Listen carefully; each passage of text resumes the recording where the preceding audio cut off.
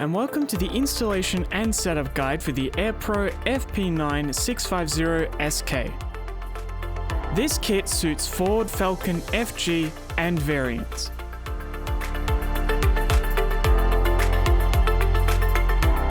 This fascia features a built-in magnetic phone holder, allowing you to securely attach your phone to the fascia kit. This is what we have included.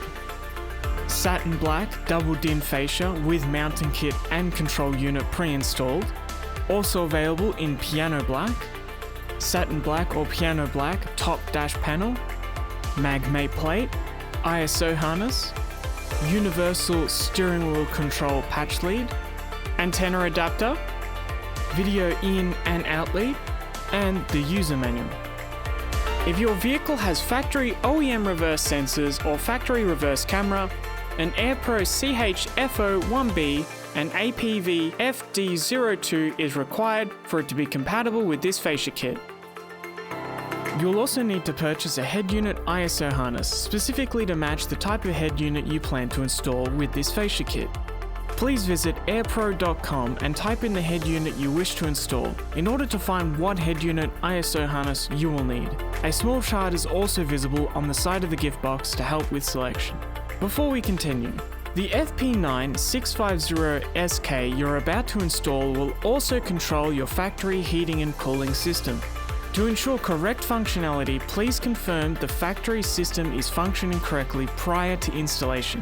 This controller will not fix any prior issues with the heating and cooling system.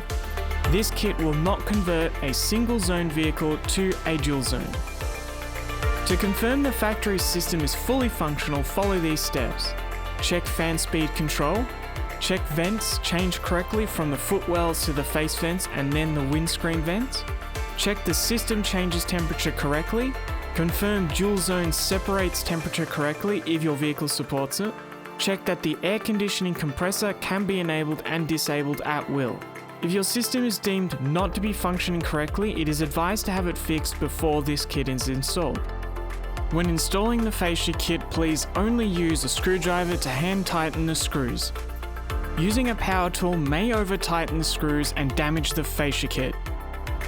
You will need the following tools to install this kit: Phillips head screwdriver, prying tool, 8mm ratchet, electrical tape, side cutters, pick tool, and cable ties. Lastly, before disassembly, eject any CDs from your factory stereo if applicable, as you will not be able to do so after it is being removed.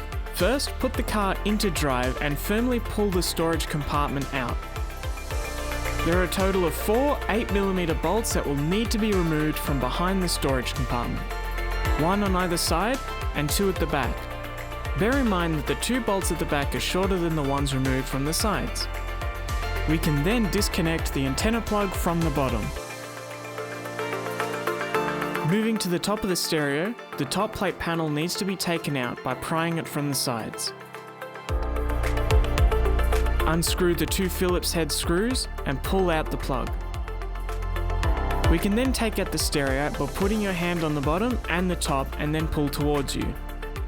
We can now proceed with disassembling the stereo outside the vehicle. There are 4 screws holding in the metal plates on both sides of the stereo. This gives us access to 3 Phillips screws holding in the vent. 1 on either side and 1 on the bottom. Unhook the cable from the cable management clip on the side of the vent and it can be then pulled out. Before we move on to installing the vents, we can change a few settings on the back of the climate control unit to support a Sony head unit or change from NTSC to PAL for the reverse camera. Please refer to the instruction manual for more details on changing these settings.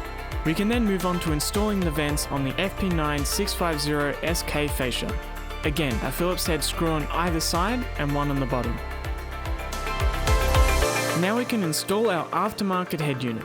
Please note, some full body double DIN units are longer than others and some may not leave enough clearance behind the unit when installed into the vehicle. It is recommended to check the clearance before continuing installation. First, we slide in the aftermarket head unit and lightly secure it with a screw on either side. Then adjust the head unit forward or backward, ensuring that the front of the head unit is flush with the fascia. Once in the correct position, tighten the screws to keep in place. We can then move on to plugging in the cable harnesses. We'll first plug in the ISO harness to the control unit. You can use the cable management clip on the side of the vent to route the cable towards the head unit. We then connect the video in and out lead from the control unit to the head unit reverse camera input on the radio.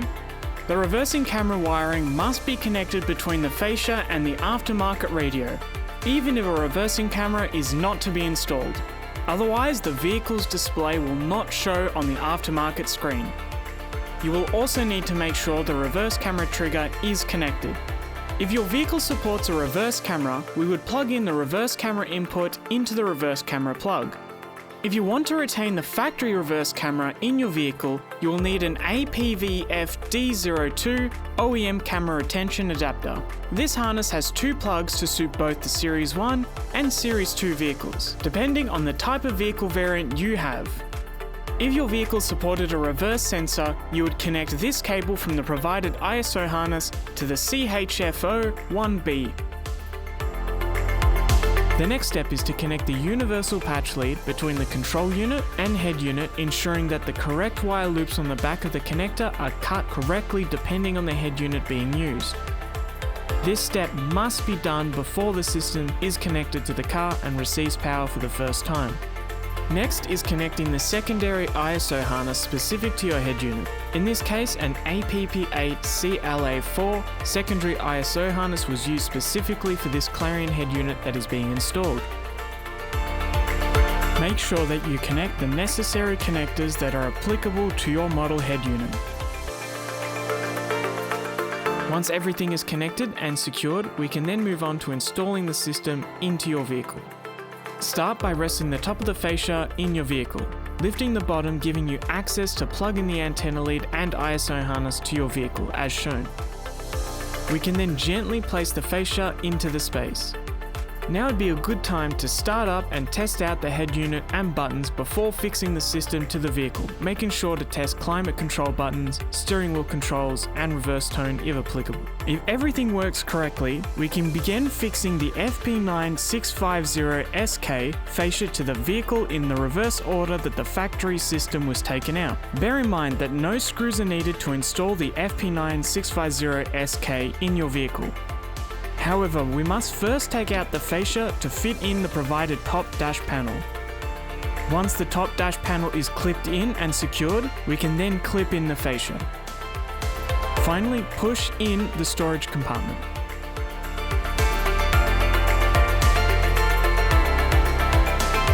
Now we'll move on to how to use the FP9650SK. The arrows on the right adjust the heating and cooling temperature. If you had a dual climate system, this would adjust the right and left climate. We have the rear demister button. Mode changes the different vent combinations.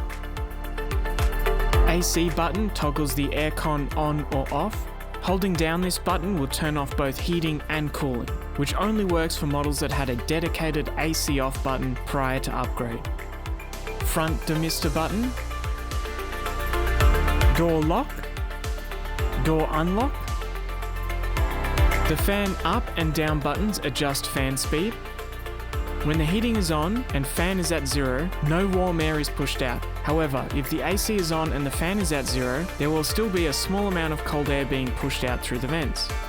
Hazard light button. Dynamic stability control button, which only works on Ford models that supported this feature prior to upgrade. Next is the in-cabin light toggle. The auto button will automatically adjust the climate control system to a specified temperature. We have the air circulation button switching between the different modes. The arrows on the left adjust the heating and cooling temperature. If you had a dual climate system, it would adjust the left side of the vehicle.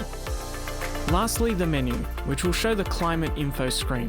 To access the configuration menu, we can hold down the menu button for a few seconds. Pressing the menu button again to enter the menu, we can navigate to the preferences of the control unit using the fan up and down buttons. When we enter the vehicle settings, we are presented with a lot of options that were available on the pre-existing head unit. Refer to your car's manual for what each of these settings do. In the Info Adapter settings menu, we have Retained Accessory Power is to control what the head unit does after the vehicle is turned off. When set to off, the head unit will turn off as soon as the key is taken out of the ignition. When set to on, the head unit will only turn off after the key is taken out and the driver's door is opened. Climate Screen Timeout is the time it takes for the climate control screen to return to the head unit screen. AC Panel Brightness is the brightness of the LEDs on the climate control panel. Reverse Priority allows the selection of either the camera video feed or the park sensor image when the vehicle is in reverse. You can also restore factory settings to reset everything to default. Inside the configuration menu, we can access the install menu if we press the fan up and fan down buttons at the same time. First on the list is where we can change between single climate system or dual climate system. However, you can run a dual climate system in single mode if you prefer. Screen size and position allows you to adjust the control unit screen, such as the menus and the climate control screen, if it doesn't quite fit to your head unit's display. If your vehicle supported a reverse camera system and was connected when installing the fascia, then this setting should be turned on so that when the car is in reverse, it switches the display automatically. Diagnostics is a way to check the interface is communicating with the vehicle properly by showing triggers like steering button selection and reverse gear selection, for example. If you wanted to program a new car remote, the process is the same as is stated in the car's manual. You would still press the rear demister 3 times. We recommend using an authorized Aerpro dealer that offers an installation service to install our products. The firmware update cable is only available to authorized dealers. Never cut or modify a harness, as this could damage the head unit and vehicle, as well as void the warranty of the product. This concludes an overview, installation and setup guide of the FP9650SK fascia kit for Ford Falcon, FG and variants. There is the potential for additional types and compatibilities in future updates. Please visit aerpro.com to check if a new version is available. You do not need to do this if your system is operating correctly. If you have a compatibility issue that cannot be rendered by a firmware update, then please contact us directly to advise us your situation so that we can investigate the issue.